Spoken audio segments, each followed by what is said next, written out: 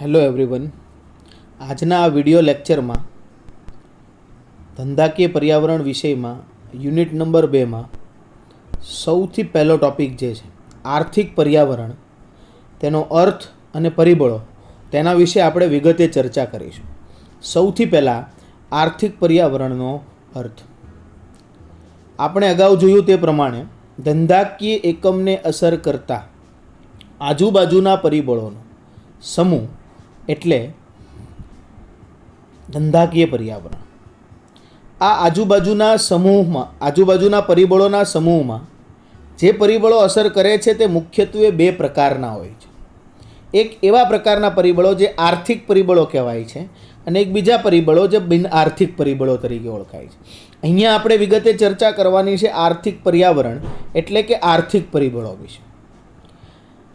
ધંધાકીય એકમને અસર કરતી તમામ આર્થિક બાબતો જેના પર ધંધાકીય એકમના માલિકનો અંકુશ હોતો નથી તેને આર્થિક પર્યાવરણ તરીકે ઓળખવામાં આવે છે. તો હવે અહીંયા આપણને સવાલ એવો થાય કે ભાઈ આ આર્થિક પરિબળોમાં, આ આર્થિક બાબતોમાં કઈ કઈ બાબતોનો સમાવેશ થશે? તો દેશની આર્થિક સ્થિતિ કેવી છે, દેશમાં કઈ આર્થિક પદ્ધતિનો ઉપયોગ થાય છે, દેશની સરકાર દ્વારા કઈ કઈ આર્થિક નીતિઓ બહાર પાડવામાં આવે છે, આંતરરાષ્ટ્રીય આર્થિક પર્યાવરણ કેવા પ્રકારનું છે, આર્થિક કાયદાઓ કેવા પ્રકારના છે, રાષ્ટ્રીય આવક અને માથાદીઠ આવકનું સ્વરૂપ કેવું છે. આ તમામ બાબતો જે છે એ તમામ બાબતોનો સમાવેશ આર્થિક પર્યાવરણમાં કરવામાં આવે છે. જ્યારે કોઈપણ દેશના અર્થતંત્રમાં કોઈપણ કંપની અથવા કોઈપણ ધંધાકીય એકમ જ્યારે પોતાની પ્રવૃત્તિની શરૂઆત કરશે ધંધાકીય પ્રવૃત્તિની, ત્યારે તે દેશની આ તમામ આર્થિક બાબતો, આર્થિક પરિબળોને કોઈપણ કંપનીએ ધંધાકીય એકમે ધ્યાનમાં લેવા પડશે જો સફળ થવું હોય તો. જો આ તમામ આર્થિક બાબતોની અવગણના કરીને આ બાહ્ય પરિબળ તરીકેના આર્થિક પરિબળોની, આર્થિક પર્યાવરણની અવગણના કરીને કોઈપણ ધંધાકીય એકમ પોતાની પ્રવૃત્તિ હાથ ધરશે તો નિષ્ફળતા જે છે એ ધંધાકીય એકમના માલિકને સહન કરવી પડશે. તો એના માટે કોઈ પણ ધંધાકીય એકમના માલિકે આર્થિક બાબતોનો અભ્યાસ કરવો જરૂરી છે, આર્થિક પર્યાવરણનો અભ્યાસ કરવો જરૂરી છે. હવે આપણે આ આર્થિક પર્યાવરણમાં, આર્થિક બાબતોમાં જે બાબતોનો સમાવેશ થાય છે, પરિબળોનો સમાવેશ થાય છે, ઘટકોનો સમાવેશ થાય છે, તે આર્થિક પર્યાવરણના પરિબળો, ઘટકો વિશે વાતચીત કરીશું. તેમાં સૌથી પહેલાં છે આર્થિક સ્થિતિ. કોઈપણ દેશના અર્થતંત્રની આર્થિક સ્થિતિ ધંધાકીય એકમને અસર કરે. જો દેશની આર્થિક સ્થિતિ સારી હોય, આપણે એને વિકાસની માત્રા તરીકે પણ લઈ શકશું. જો દેશમાં આર્થિક સ્થિતિ એટલે કે વિકસિત દેશનું અર્થતંત્ર હોય તો ત્યાં ધંધો, રોજગાર, આવક, ઉત્પાદન, રોકાણ તમામ બાબતો જે છે એ ધંધાકીય એકમના હકારાત્મક બાબત તરીકે સાબિત થશે. પણ અલ્પવિકસિત દેશ હશે, આર્થિક પરિસ્થિતિ નબળી હશે, તો તેવા દેશમાં તમામ બાબત છે, રોજગારી છે, ઉત્પાદન છે, રોકાણ છે, આ તમામ બાબત ઓછી હશે તો ધંધાકીય એકમને નકારાત્મક રીતે પણ અસર કરી છે.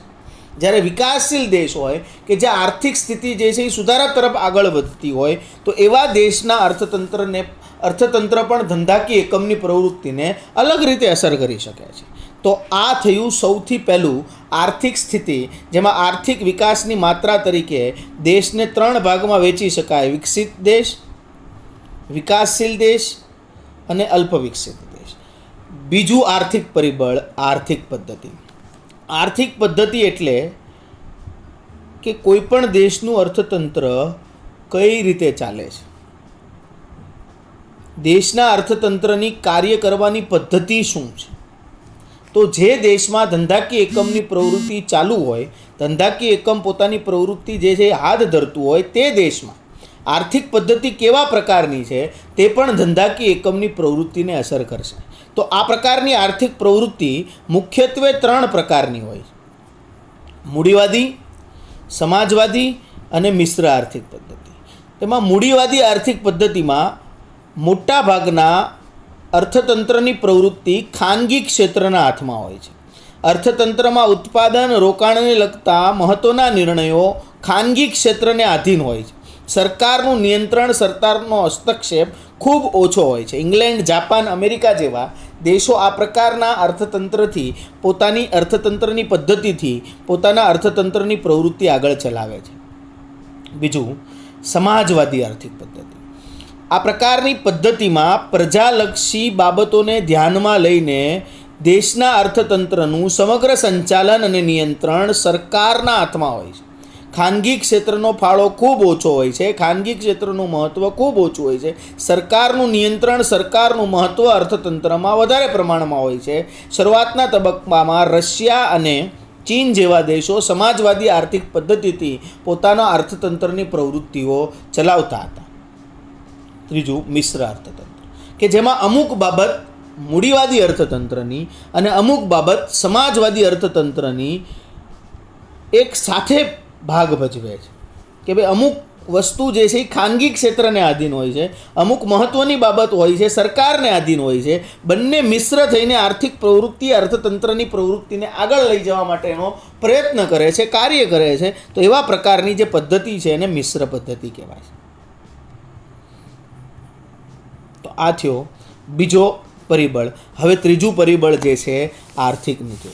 જો કોઈ પણ દેશના અર્થતંત્રમાં કોઈ પણ દેશની સરકાર પોતાના આર્થિક વિકાસને, પોતાની આર્થિક વૃદ્ધિને આગળ લઈ જવા માટે, દેશને વિકાસની પ્રક્રિયામાં અગ્રેસર બનાવવા માટે, દેશના અર્થતંત્રને અલ્પ વિકસિતમાંથી વિકાસશીલ અને વિકાસશીલમાંથી વિકસિત દેશ તરફના અર્થતંત્ર માટે લઈ જવા માટે ઘણી બધી અલગ અલગ પ્રકારની નીતિઓ બનાવે. આ સમગ્ર નીતિઓ ધંધાકીય એકમને વધતા ઓછા પ્રમાણમાં અસર કરે. કે જે દેશમાં કોઈ પણ ધંધાકીય એકમનો માલિક ધંધાકીય પ્રવૃત્તિ હાથ ધરશે તે દેશમાં ત્યાંના સરકારે કેવા પ્રકારની અલગ અલગ પ્રકારની આર્થિક નીતિઓ બનાવેલી છે તે બાબત જે છે અહીંયા સૌથી મહત્ત્વની રહેશે.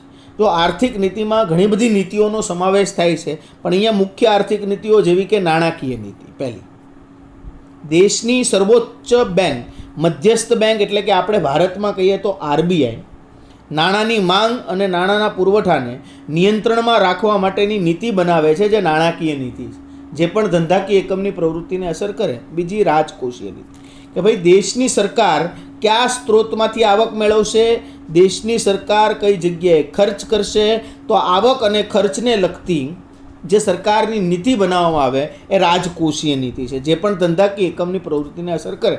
વિદેશ વેપારની નીતિ, કે ભાઈ ધંધાકીય એકમ જ્યારે આયાત નિકાસની પ્રવૃત્તિ સાથે જોડાયેલો હશે ત્યારે દેશની વિદેશ વેપારની નીતિ કેવી છે? ઉદાર નીતિ છે, કડક નીતિ છે, વિદેશ વેપાર માટે નિયંત્રણો છે, હરીફાઈનું પ્રમાણ કેવા પ્રકારનું છે, આ તમામ બાબત વિદેશ વેપાર નીતિ સાથે જોડાયેલી છે. પછી છે વિદેશી રોકાણની નીતિ, કે ભાઈ વિદેશના લોકો અહીંયા આવીને આપણા જે ધંધાકીય પેઢી છે એ વિદેશમાં જઈને કેટલા પ્રમાણમાં રોકાણ કરી શકે તેમ છે. સરકાર દ્વારા કેવા પ્રકારની નીતિ વિદેશ રોકાણને લઈને અપનાવવામાં આવી છે તે પણ ધંધાકીય એકમની પ્રવૃત્તિને અસર કરશે. ઔદ્યોગિક નીતિ, દરેક દેશનું અર્થતંત્ર એટલે કે ઔદ્યોગિક વિકાસ આગળ લઈ જવા માટે દરેક દેશની સરકાર ઔદ્યોગિક નીતિ બહાર પાડે છે. આ ઔદ્યોગિક નીતિના પરિણામે દેશમાં ઔદ્યોગિક વિકાસ જે છે એ આગળ જાય છે. એના માટેના સરકાર જે છે એ ઔદ્યોગિક નીતિ ભારત સરકારે પણ 1956, 1977 અને તાજેતરમાં 1991માં બરાબર એના પછી ઘણા બધા સુધારા કરીને અલગ અલગ પ્રકારની ઔદ્યોગિક નીતિઓ જે છે એ બહાર પાડી. તો આ પ્રકારની આર્થિક નીતિઓ હોઈ શકે જે ધંધાકીય એકમને અસર કરી શકે. એના પછી છે આંતરરાષ્ટ્રીય આર્થિક પર્યાવરણ. તો આજના વૈશ્વિકીકરણના સમયમાં આપણને સૌને ખબર છે દરેક દેશની કંપનીઓ અલગ અલગ દેશમાં જઈને પોતાનો ધંધાકીય વ્યવહાર જે છે એ કરતી હોય છે. તો આવા વૈશ્વિકીકરણના સમયમાં આંતરરાષ્ટ્રીય આર્થિક પર્યાવરણ પણ ધંધાકીય એકમને અસર કરશે. કે ભાઈ અમેરિકા જેવા વિકસિત દેશમાં જે કંઈ પણ પ્રકારનું આર્થિક પર્યાવરણ છે એ સમગ્ર વિશ્વના ઘણા બધા દેશોના આર્થિક પર્યાવરણને અસર કરશે. કેમ કે અત્યારે વૈશ્વિક વૈશ્વિકીકરણનો સમયગાળો છે, આ વૈશ્વિકીકરણના સમયમાં કોઈપણ પ્રકારની સરહદના નિયંત્રણો વગર મુક્ત વેપારની નીતિ અપનાવવામાં આવી છે. તો આ મુક્ત વેપારની નીતિ અંતર્ગત ઘણી બધી આંતરરાષ્ટ્રીય સંસ્થાઓ આંતરરાષ્ટ્રીય વેપાર, આંતરરાષ્ટ્રીય એક આર્થિક પર્યાવરણ સમગ્ર રીતે કઈ રીતે કામ કરે તેના માટે ઘણી બધી અલગ અલગ પ્રકારની પ્રવૃત્તિઓ જે છે એ હાથ ધરે. તો એ આંતરરાષ્ટ્રીય આર્થિક પર્યાવરણ પણ આર્થિક પર્યાવરણનું એક મહત્ત્વનું પરિબળ ગણાય છે. પછી છે આર્થિક માળખું. જો કોઈ પણ દેશના અર્થતંત્રના માળખાને મુખ્ય 3 ભાગમાં વહેંચવામાં આવે છે, તેવી જ રીતે ભારતીય અર્થતંત્રને પણ મુખ્ય 3 ક્ષેત્રમાં વહેંચવામાં આવેલું છે: ખેતી ક્ષેત્ર, ઉદ્યોગ ક્ષેત્ર અને સેવા ક્ષેત્ર. જો ખેતી ક્ષેત્રમાં ખેતી અને ખેતીને સંલગ્ન પ્રવૃત્તિઓ જેવી કે પશુપાલન, મરઘા બતકા ઉછેર કેન્દ્ર, મધમાખી ઉછેર કેન્દ્ર, જંગલો વગેરે બાબતોનો સમાવેશ થાય છે. ઉદ્યોગ ક્ષેત્રમાં કે જ્યાં યંત્રોની મદદથી કાચા માલ પર યોગ્ય પ્રક્રિયા કરી વધુ વપરાશયોગ્ય વસ્તુ બનાવવા માટેની પ્રવૃત્તિ હાથ ધરવામાં આવે છે. અને સેવા ક્ષેત્ર કે જે ખેતી અને ઉદ્યોગ ક્ષેત્રને સહાયક સેવાઓ પૂરી પાડવા માટેનું કાર્ય કરશે, જેમાં બેંક, વીમો, સંદેશા વ્યવહાર, વાહન વ્યવહાર, આ તમામ પ્રકારની સેવાઓ જે છે. તો આર્થિક માળખું કેવું છે દેશના આર્થિક માળખામાં ખેતી ક્ષેત્રનો પ્રભાવ વધારે છે, ઉદ્યોગ ક્ષેત્રનો પ્રભાવ વધારે છે, ખેતી ક્ષેત્રનો પ્રભાવ વધારે. દેશના રાષ્ટ્રીય આવકમાં કયા ક્ષેત્રનો ફાળો વધારે છે,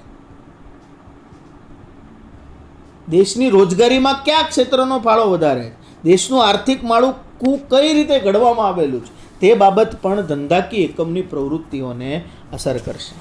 તો એ થઈ આર્થિક માળખું. હવે પછી છઠ્ઠો પોઈન્ટ છે આર્થિક કાયદાઓ. જો કોઈ પણ દેશના અર્થતંત્રમાં ધંધાકીય પ્રવૃત્તિઓ એટલે કે આર્થિક પ્રવૃત્તિઓ નિયંત્રણમાં રહીને અંકુશ હેઠળ કાર્ય કરે તે માટે દરેક દેશની સરકાર આર્થિક બાબતોને લગતા કાયદાઓ બનાવે છે, જે ઉદ્યોગ ધંધાને લાગુ પડે છે. આ પ્રકારના કાયદાનો મુખ્ય હેતુ ધંધા ઉપર નિયંત્રણ રાખવાનો છે, જેના કારણે ધંધાકીય એકમનો માલિક સમાજનું શોષણ ન કરે, સમાજનો ગેરલાભ ન ઉઠાવે. એના માટે ઘણા બધા આર્થિક કાયદાઓ જે છે એ ઘડવામાં આવે છે, જેવા કે ઔદ્યોગિક ઝઘડાનો કાયદો, ફેક્ટરી એક્ટ, ગ્રાહક સુરક્ષા ધારો, સેબીની ગાઈડલાઇન્સ, હરીફાઈ ધારો, કંપની ધારો, આવા ઘણા બધા અલગ અલગ પ્રકારના કાયદાઓ જે છે એ બનાવવામાં આવે છે આર્થિક કાયદાઓ અંતર્ગત. 7મો મુદ્દો છે આર્થિક સંસ્થાઓ. જો દેશ અને વિદેશની ઘણી બધી આર્થિક સંસ્થાઓ છે, જે ઘણી બધી નીતિઓ બનાવે છે, ઘણા બધા કાર્યક્રમો ઘડે છે અને દેશના અને આંતરરાષ્ટ્રીય સ્તરે આર્થિક વિકાસની પ્રક્રિયા ઝડપી બને તેના માટે પ્રયત્ન કરે છે. તો આ આર્થિક સંસ્થાઓની જે નીતિ છે, જે નિયમો છે, જે કાર્યક્રમો છે, પણ ધંધાકીય પ્રવૃત્તિને અસર કરશે. તો આર્થિક સંસ્થાઓમાં કઈ કઈ આવશે? તો કે ભારતમાં આપણે વાત કરીએ તો ભારતનું મુખ્ય નીતિ આયોગ છે. ભારતમાં કાર્ય કરતી આરબીઆઈ છે, Reserve Bank of India. Insurance Regulatory Development Authority, IRDA સંસ્થા કામ કરે છે ભારતમાં. સેબી છે, Security Exchange Board of India. World Bank છે, IMF છે, ઇન્ટરનેશનલ મોનેટરી ફંડ. આ તમામ આંતરરાષ્ટ્રીય સંસ્થાઓ કે જે કોઈ પણ દેશમાં ધંધાકીય પ્રવૃત્તિને વધતા ઓછા પ્રમાણમાં અસર કરશે. રાષ્ટ્રીય અને માથાદીઠ આવકનું સ્વરૂપ અને વહેંચણી. આગળનો મુદ્દો 8મા મુદ્દા તરીકે આપણે લઈશું આર્થિક પર્યાવરણના પરિબળમાં કે ભાઈ દેશમાં રાષ્ટ્રીય આવક અને માથાદીઠ આવકનું સ્વરૂપ કેવું છે. દેશની રાષ્ટ્રીય આવક અને માથાદીઠ આવકમાં કયા ક્ષેત્રનો ફાળો વધારે, ખેતી ક્ષેત્રનો, ઉદ્યોગ ક્ષેત્રનો કે સેવા ક્ષેત્ર? માથાદીઠ આવકની પરિસ્થિતિ કેવા પ્રકારની? માથાદીઠ આવક અને રાષ્ટ્રીય આવકની વહેંચણી કઈ રીતે થયેલી? આ જે વહેંચણી છે એમાં કોઈ ભેદભાવ છે કે વહેંચણી સામાન્ય રીતે થયેલી છે? આ તમામ બાબત કોઈ પણ દેશના ધંધાકીય એકમની જે કંઈ પણ પરિબળ છે એને અસર કરશે. તો એટલા માટે રાષ્ટ્રીય આવક અને માથાદીઠ આવકની વહેંચણીને પણ આર્થિક પરિબળ તરીકે ધ્યાનમાં લેવામાં આવે. તો આ થયો તમારો પ્રશ્ન, આર્થિક પર્યાવરણનો અર્થ અને આર્થિક પર્યાવરણના પરિબળો.